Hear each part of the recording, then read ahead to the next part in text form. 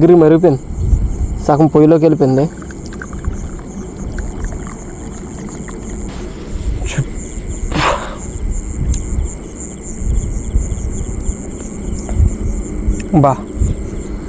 భలే వచ్చింది ఇది.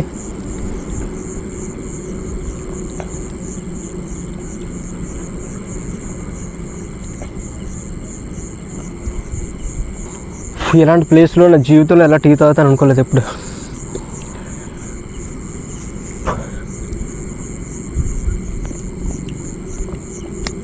చాలా చల్లగా వస్తుంది గాలి. సమ్మర్ స్టార్ట్ అయింది అయినా సరే డ్యామ్ కదా, చాలా చల్లగా వస్తుంది గాలి. ఆ చల్లగాలికి వేడి టీకి సూపర్గా ఉంది. కాకపోతే నైట్ పడుకోవడం ఇబ్బంది ఏమనుకుంటున్నాను నాకు తెలిసే. అడవి పందులు చాలా ఎక్కువ ఉంటాయంట ఇక్కడ. నైట్ 11-11:30 చేసి దిగుతాయి అన్నారు.